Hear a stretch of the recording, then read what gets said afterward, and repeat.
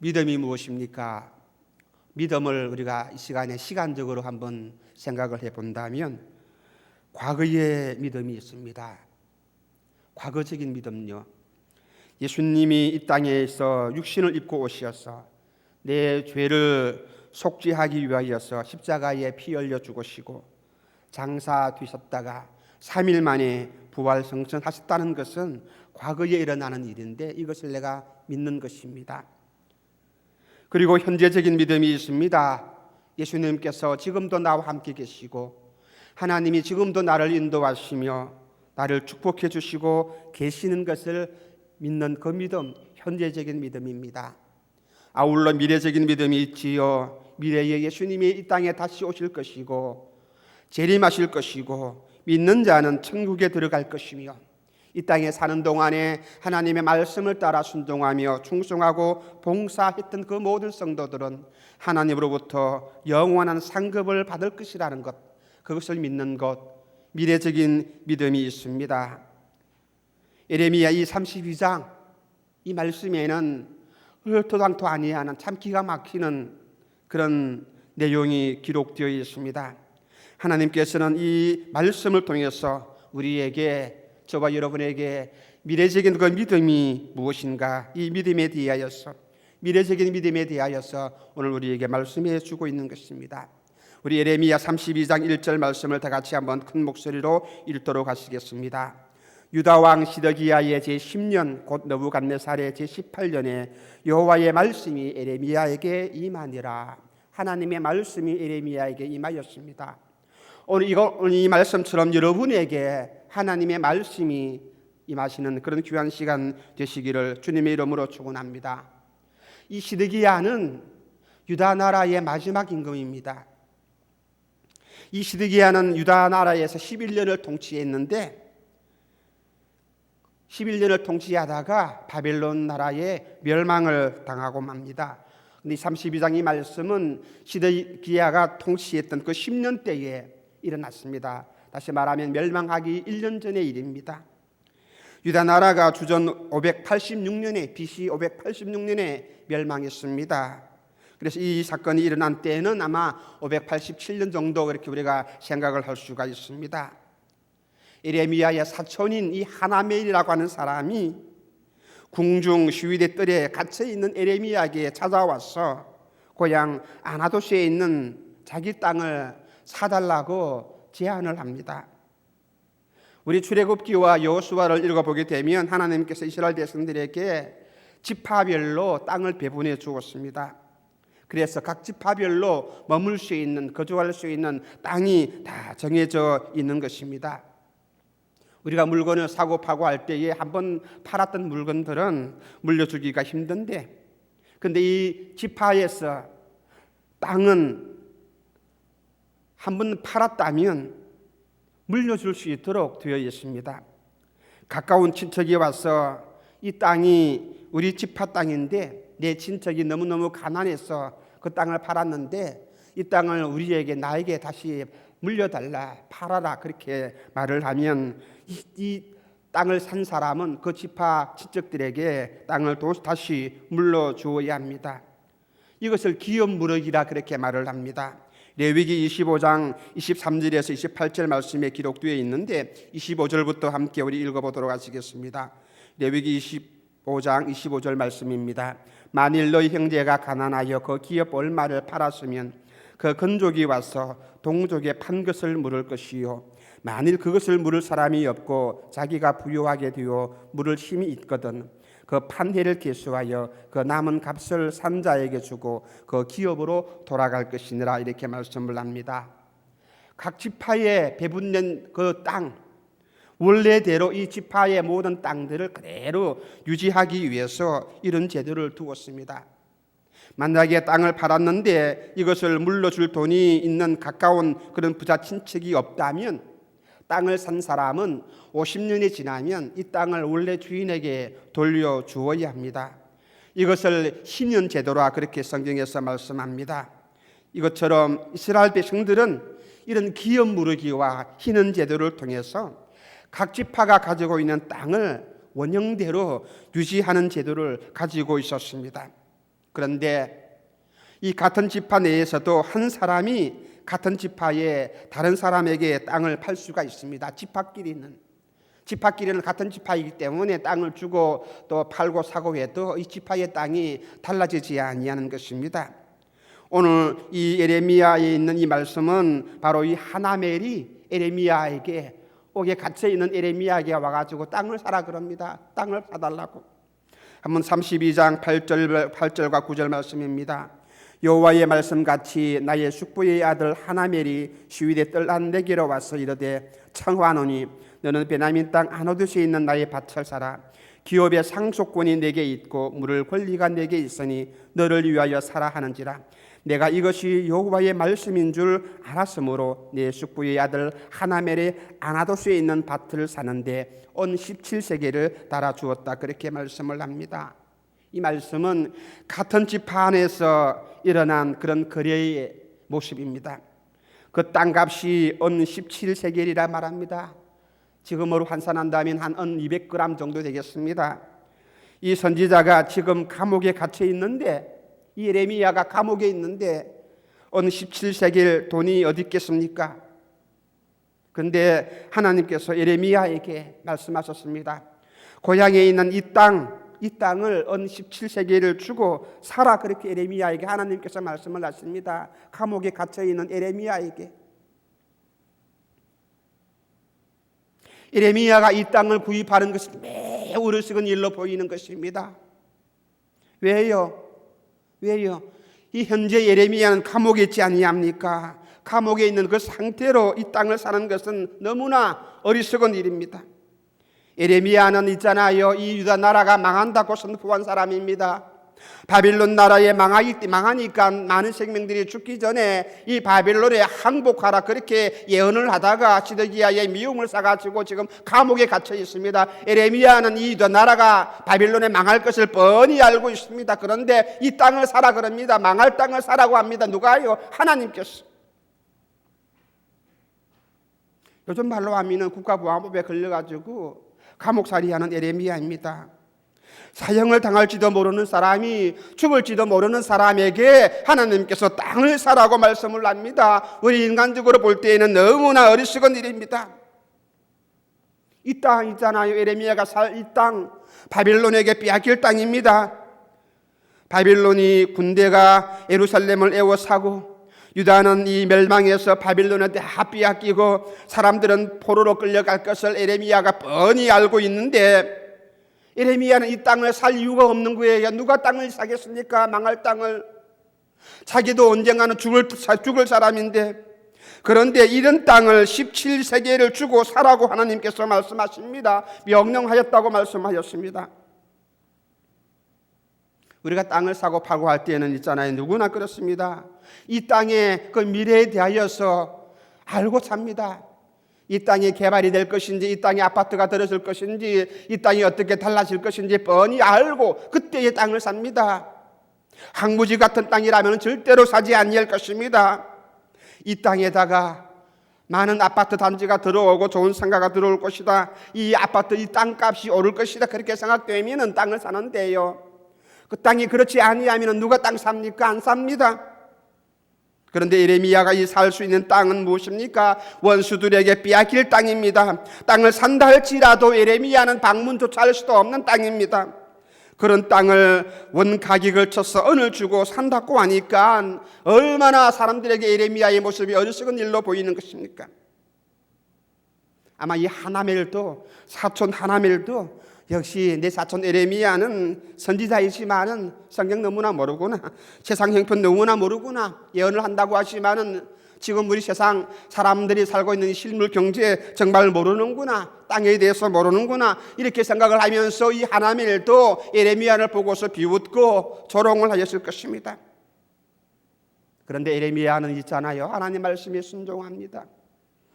돈을 다 주고 저울에 달아주고 온 17개를 달아주고서 정인을 씌우면서 이 땅을 삽니다.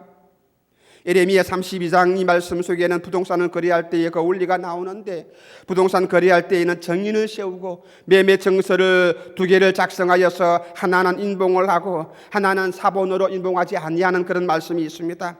그런데 하나님께서 이 인봉한 매매 정서, 또 인봉하지 아니한 것 다 둘 다 관리사무소에서 등기를 내고 그리고 바룩에게 줘서 이것을 항아리 속에 넣고 파묻어서 오랫동안 보관하고 나중에 이 서류를 꺼내어서 찾아볼 수 있도록, 꺼내볼 수 있도록 그렇게 말씀을 하였습니다. 예레미야 32장 14절 말씀입니다.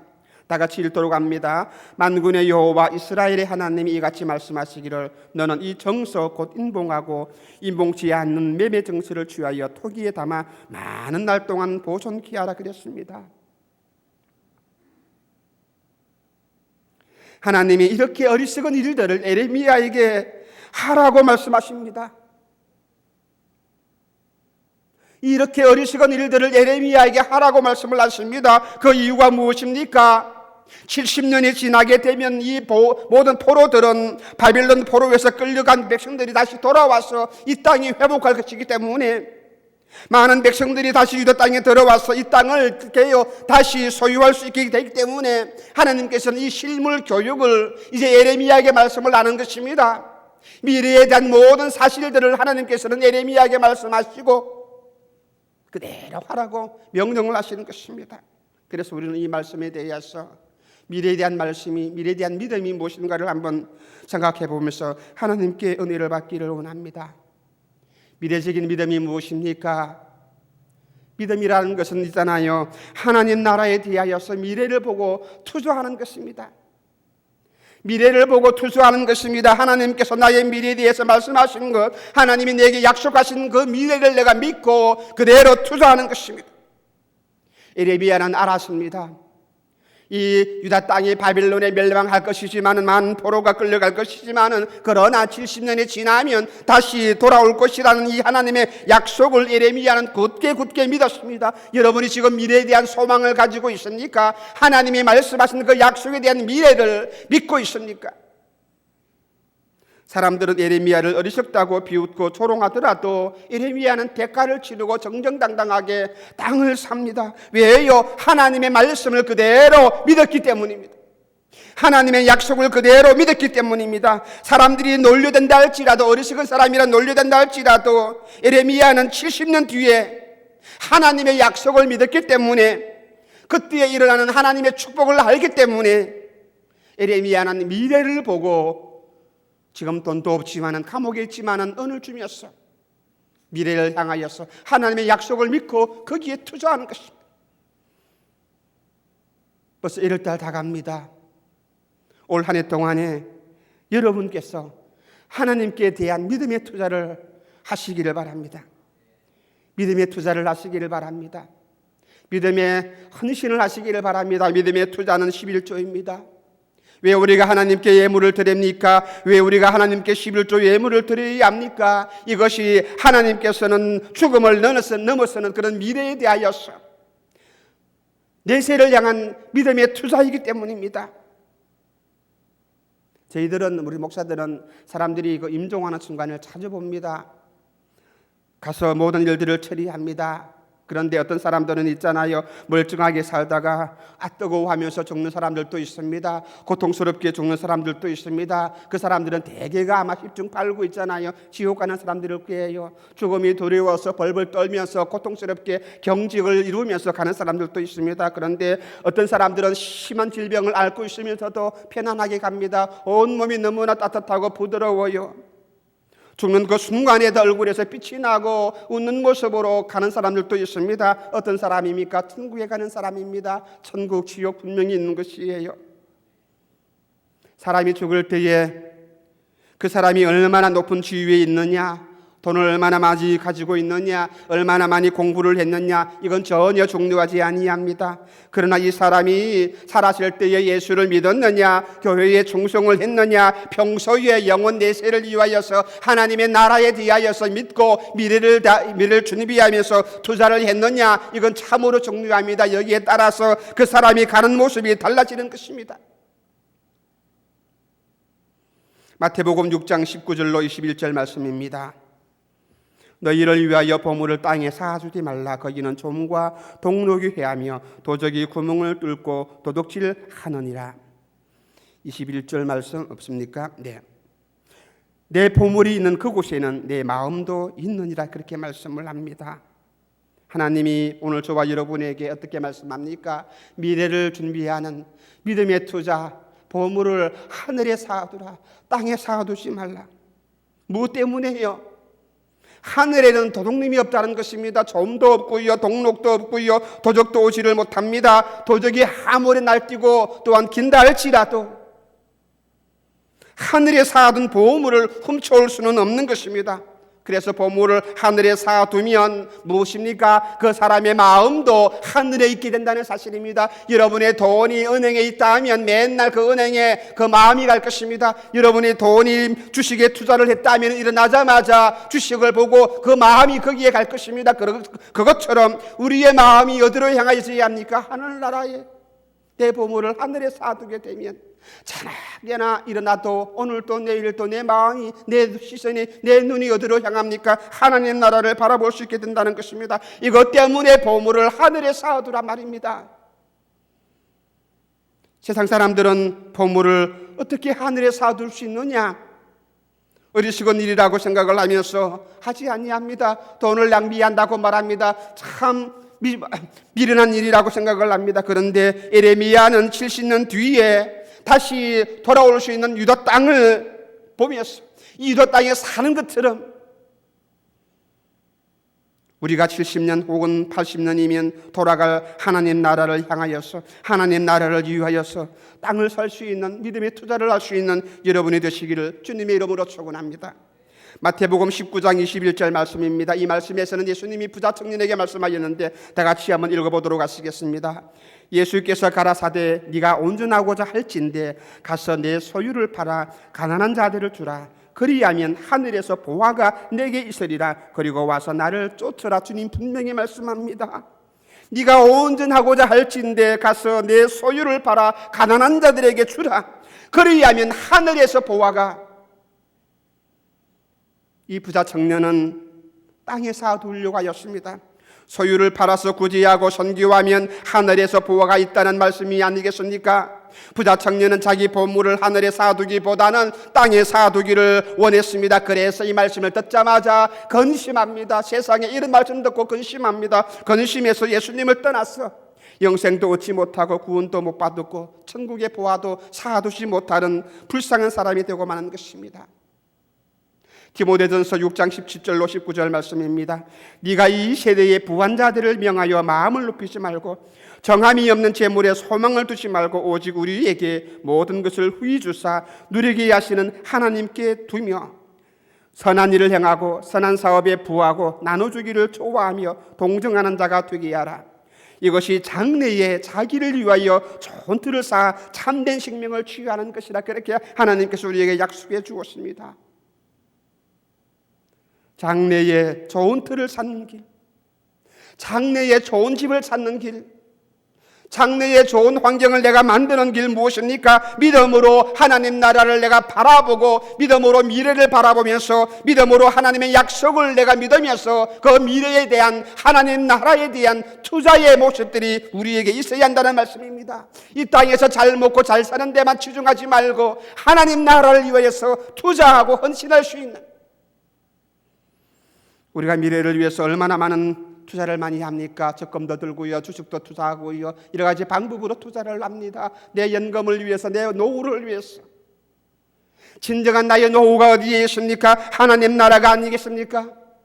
아버지 하나님께서 약속하신 그 미래를 내가 믿고서 나가는 것입니다. 현실은 내가 감옥에 있는데, 현실은 내 도주머니에 언또 내가 찾을 수가 없는데 하나님이 내게 명령하시는 거예요. 말씀하시는 거예요. 내가 감당할 수 없는 일인데도요, 사람들 모두가 어리석은 일이라고 판단하는데도요, 하나님께서는 말씀하십니다. 우리가 말합니다. 왜 11조를 드려야 하냐고. 나같이 어렵고 형편이 약한 사람에게 내가 왜 꼭 11조를 드려야 하냐고. 이것 때문에 싸우는 부부도 있기도 합니다. 아닙니다. 마음을 하나로 모으시기를 바랍니다. 하나님이 명하신 그대로, 하나님이 말씀하신 그대로 내가 순종해야 합니다. 무엇 때문에요? 미래를 위하여서, 미래의 땅 하나님 나라를 위하여서 내가 믿음으로 투자하시기를 바랍니다. 천국의 땅에다가 투자하시기를 바랍니다. 영혼을 위하여서, 소망을 위하여서, 하나님 나라의 성국을 위하여서 투자할 수 있는 믿음의 사람이 되시기를 주님의 이름으로 축원합니다.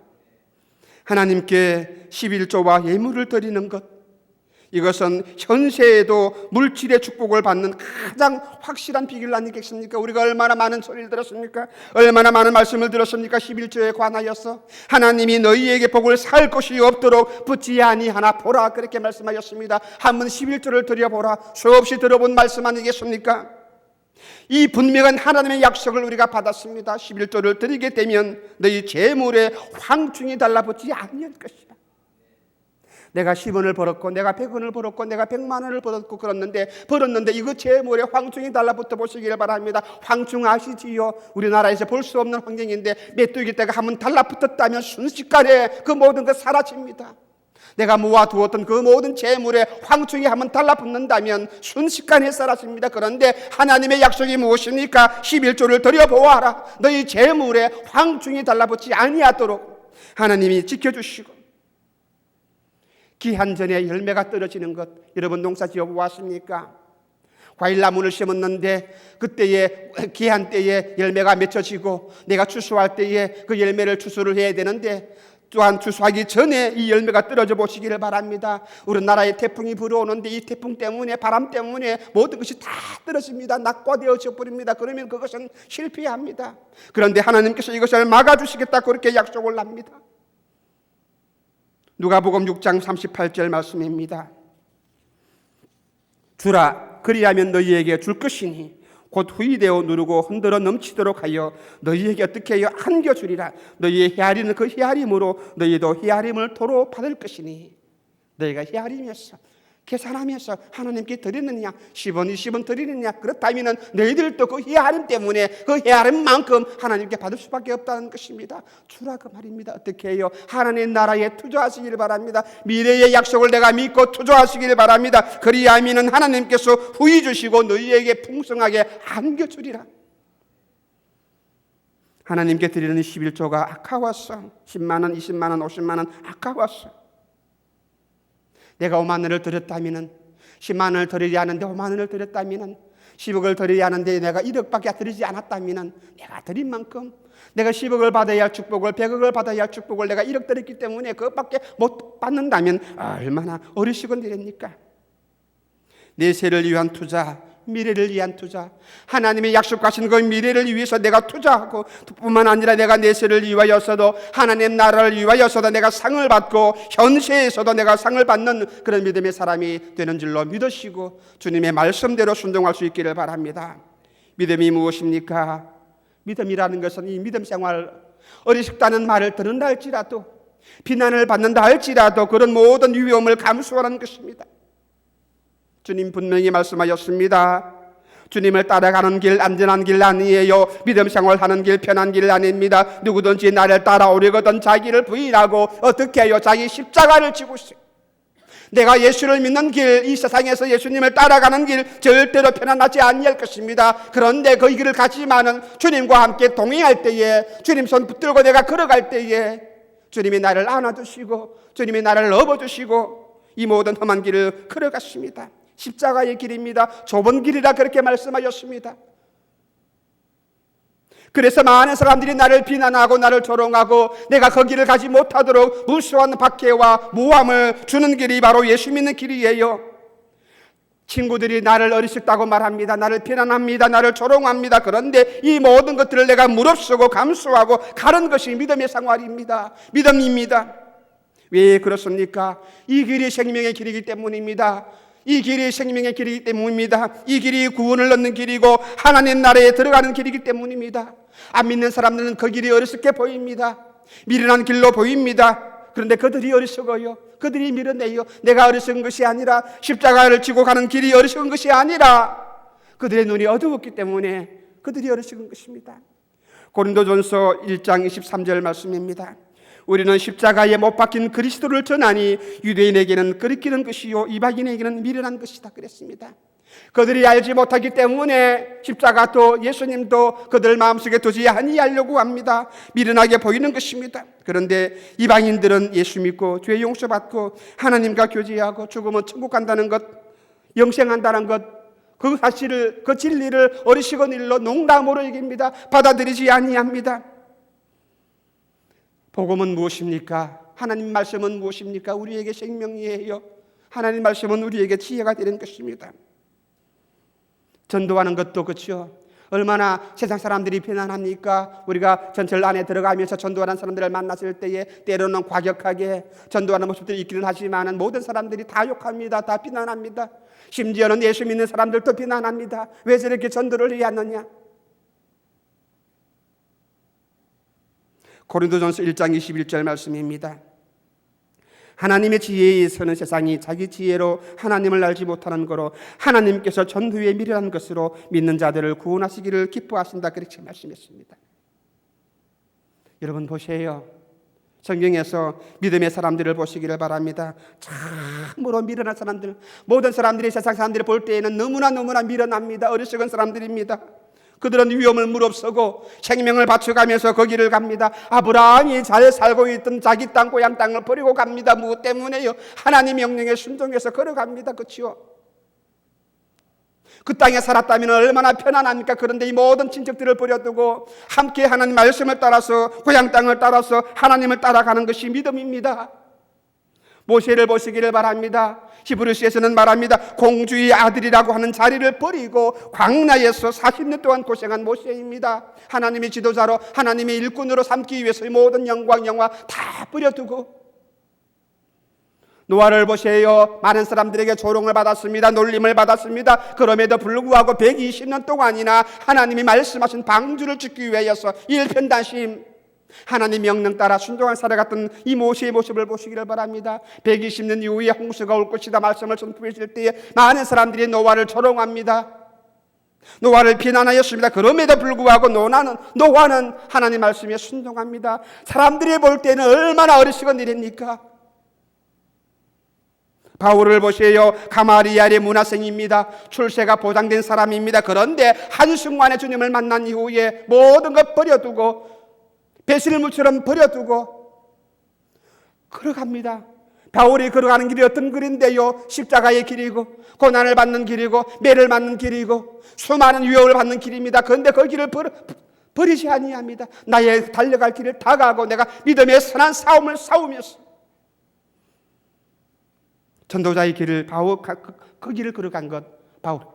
그 믿음을 볼 때에 많은 사람들은 그 사람들이 어리석은 길이라 생각하지만은 그것이 아닙니다. 여기가 이 길이 영생, 내세를 향한 하나님 나라를 향한 그런 미래적인 믿음을 이분들이 가지고 있기 때문입니다.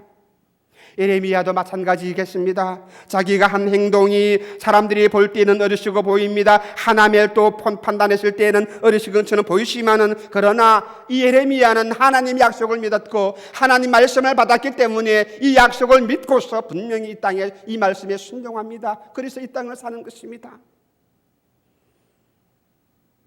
예레미야 32장은 세 가지로 우리가 생각해 볼 수가 있는데 첫 번째 부분은 예레미야가 땅을 산 그런 내용이고, 둘째는 땅을 사고 난 이후에 예레미야가 하나님께 기도합니다. 세 번째는 예레미야가 기도했을 때에 하나님이 응답하신 그런 말씀입니다. 예레미야의 기도를 보게 되면은 땅을 사고 나서 예레미야가 하나님께 기도합니다. 하나님은 능력 있는 참 좋으신 분이시다, 이렇게 찬송을 하면서 기도를 하고 25절 끝에 가서 예레미야가 기도합니다. 주 여호와께서 주께서 내게 은으로 밭을 사며 정인을 세우라 하셨으니 이 성은 갈대아인의 손에 붙임 바 되었나이다. 그렇게 기도를 합니다. 하나님께 찬송하면서 땅을 사고 나서도 찬송하면서 기도를 했는데 하나님께서 말씀하신 이 땅, 나중에 이 땅은 바벨론 소유가 될 것인데 그렇게 하나님께 기도했습니다. 예레미야는 하나님께서 사라고 했기 때문에 샀습니다마는 이 성이 결국 바벨론 사람들 손에 멸망할 것입니다. 과연 70년 이후에 다시 우리에게 회복된다는 것이 가능한 일이겠습니까? 이런 마음을 가지고 하나님께 기도했습니다. 그럴 때에 하나님께서 예레미야의 기도에 즉각적으로 응답해 주었습니다.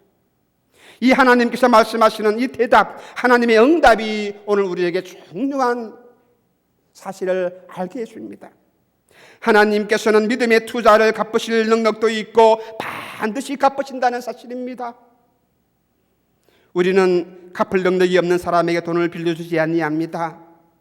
그런데 하나님께서는 믿음의 투자를 갚으실 능력도 있는 전능하신 하나님이시고, 또한 반드시 내가 투자를 했을 때에 그만큼 하나님께서는 갚아주신다는, 소자에게 냉수 한 그릇을 주온다 할지라도 하나님께서는 상으로 갚아주신다. 소자에게 냉수 한 그릇 무슨 가치가 있겠습니까? 얼마나 귀한 것이겠습니까? 그런데 소자에게 냉수 한 그릇을 준다 할지라도 하나님께서는 기억하시고 갚아주신다는 말씀이에요.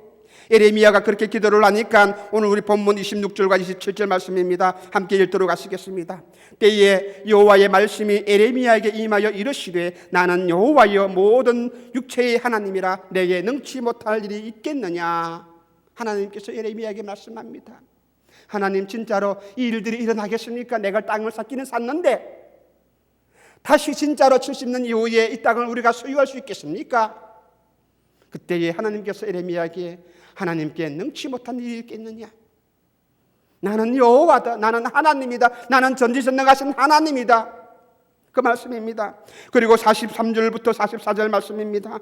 함께 읽겠습니다. 너희가 말하기를 황폐하여 사람이나 짐승이 없으며 갈대아인의 손에 붙임 바 되었다는 이 땅에서 사람들이 밭을 사되 베냐민 땅과 예루살렘 사방과 유다 성읍들과 산지의 성읍들과 평지의 성읍들과 남방의 성읍들에 있는 밭을 은으로 사고 정세를 기록하여 인봉하고 정인들을 세우리니 이는 내가 그들의 포로로 돌아오게 함이니라. 여호와의 말이니라. 하나님의 약속입니다.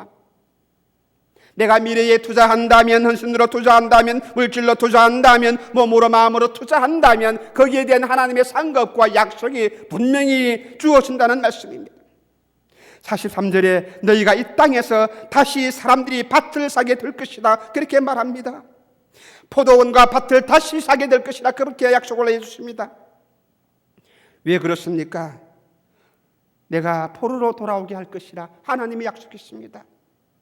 포로로 끌려갔지만은 다시 돌아오게 할 것이다. 이 말을 다시 다른 번역으로 한번 우리가 번역을 해보게 되면 이렇게 말합니다. 행운이 다시 돌아오게 될 것이다, 그렇게 말합니다. 행운이 다시 돌아오게 할 것이다. 행운을 회복하신다는 이 하나님의 약속이 29장과 33장까지 내용에서 8번이나 기록되어 있습니다. 이 귀한 말씀 가운데서 하나님의 약속이, 하나님께서는 우리의 행운을 회복하실 것입니다. 여러분의 모든 믿음의 축복들을 받게 하실 것입니다. 어떤 사람에게요, 하나님은 믿음의 투자에 반드시 보상을 하십니다. 확실하게 보상을 하십니다. 어디에다가 투자하실 것입니까? 70년 뒤에 예레미야는 죽는다 할지라도 예레미야는 이 모습을 보지 못했습니다. 그런데 보세요, 예레미야는 보지 못한다 할지라도 예레미야의 친척들, 이 후손들이 항아리에 넣었던 그 인봉한 매매 정세를 가지고서 하나님이 주시는 이 축복을 받아 누리면서 살아간다는 말씀입니다. 내가 믿음의 투자를 했을 때에 내 자녀들에게, 내 가족들에게, 내 후손들에게, 내 아버지가 예레미야가 선견지명이 좋아가지고 이 땅을 사다 놓았구나. 우리가 믿음의 투자를 하지 아니한다면, 현실에서 내가 먹고 사는 데만 급급한다면 얼마나 어리석은 일입니까? 하늘나라의 그 약속들을, 하나님이 하신 그 약속들을 내가 잊어버리고 이 땅에서만 살기를 원한다면, 정말 한 달란트 받은 사람들처럼 참 편안하게 이 한 달란트가 사라지지 않도록 그냥 땅속에 묻어두고서 주인이 오실 때에 그냥 그 한 달란트만 내어놓는다면 얼마나 불쌍하고 어리석은 사람입니까? 주님께서는 그 한 사람, 그 한 달란트 땅에 묻어둔 사람에게 뭐라고 말씀하십니까? 이 약하고 게으른 종. 왜 우리가 투자를 망설입니까? 하나님의 약속을 믿지 못하기 때문입니다. 내가 구원받았고 내가 하나님 나라에 들어갈 것을 내가 굳게 믿으면서도, 그런데 하나님이 내게 베푸실 그 약속에 대한 풍성한 은혜를 내가 믿지 못합니다. 왜요? 현실에 내가 너무 급하기 때문에, 내가 막아야 할 일들이 너무나 급하기 때문에 하나님께 주신 그 모든 귀한 약속들을, 하나님이 명령하신 그 모든 말씀들을 내가 순종치 못합니다. 아닙니다. 아닙니다. 믿음의 투자를 해보시기를 바랍니다. 믿음으로 헌신하시고 믿음으로 투자하시는 여러분들이 되시기를 주님의 이름으로 축원합니다. 올 한 해에 하나님 나라를 위하여서, 영혼을 위하여서 투자하시기를 바랍니다. 11조 생활들을 주저하시는 분이 있다면 한번 이 말씀을 따라 여러분들이 결단하시면서 하나님께 헌신하시기를 바랍니다. 경제가 어려울 때일수록 우리가 하나님께 드려야 할 회복이 반드시 주어지는 것입니다. 내가 하나님께 믿음으로 헌신하고 투자한다면 하나님은 채워주실 것입니다. 경제가 어려울 때 드리지 아니한다면, 내 형편이, 내 사정이 어렵고 내가 얻은 것도 없는데, 내가 소유한 것도 없는데, 내 소득도 없는데 그래서 드리지 못한다면 하나님께서 내게 주시는 것도 없을 것입니다. 11조는 무엇입니까? 미래적인 믿음입니다. 하나님의 약속을 내가 믿고서 하나님 나라를 바라보고서 하나님께 투자하는 나라, 하나님 나라에 투자하는 것입니다. 거기에는 도적도 없고요, 동록도 없고요, 조음도 없다고 말씀하십니다. 반드시 투자하신 그 사람에게 하나님께서는 보상하시겠다고 약속을 하는 것입니다. 그래서 올 한 해 동안에 하나님을 위해서, 좀 믿음을 위해서, 주님을 위해서 사람들로부터 어리석다는 비난을 안 받아보시기를 바랍니다. 당신은 무슨 믿음이 그렇게 좋다고 맨날 주일날 교회 가고 예배 드리고, 좀 더 열심으로, 좀 더 열정적으로 헌신하고 투자하시기를 바랍니다. 주님께서 우리에게 말씀하시지 않았습니까? 죽도록 충성하라.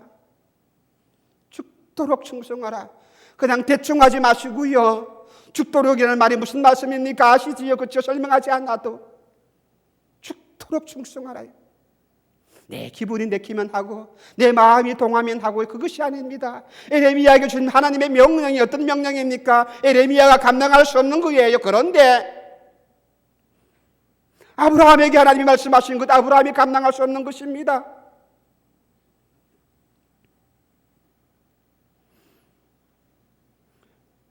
시간, 노력, 돈, 헌금 모두 투자하는 것 낭비라고 생각하고, 그렇다면 그 사람은 어리석은 사람일 것입니다. 이 모든 것을 비난을 받는다 할지라도 내가 감수하고 하나님의 약속을 따라서 순종하는 것이 참다운 믿음일 것입니다. 하나님께서는 약속을 하십니다. 상을 주시되 현세에서도 주시고 내세에도 상을 주시는 하나님이신 줄 믿으라고 말씀을 합니다. 히브리서 11장 6절 말씀입니다. 하나님 믿음이 없이는 기쁘시게 못하나니 하나님께 나아가는 자는 반드시 그가 계신 것과 또한 그가 자기를 찾는 자들에게 무슨 상 주시는 심을 믿어야 할지니라 이랬습니다. 많이 심는 자는 많이 거둡니다. 그렇지요? 많이 심는 자는 많이 거둡니다. 적게 심는 자는 적게 거둡니다. 믿음의 성도들이 하나님 나라에서 많이 거두시기를 원하신다면 현세에서, 지금 내가 살아있는 이 순간에 믿음의 투자 부지런히 하시고 많이 심을 수 있는 여러분이 되시어서 하나님이 베푸시는 축복과 은혜를 풍성하게 받을 수 있는 저와 여러분 되시기를 주님의 이름으로 축원합니다.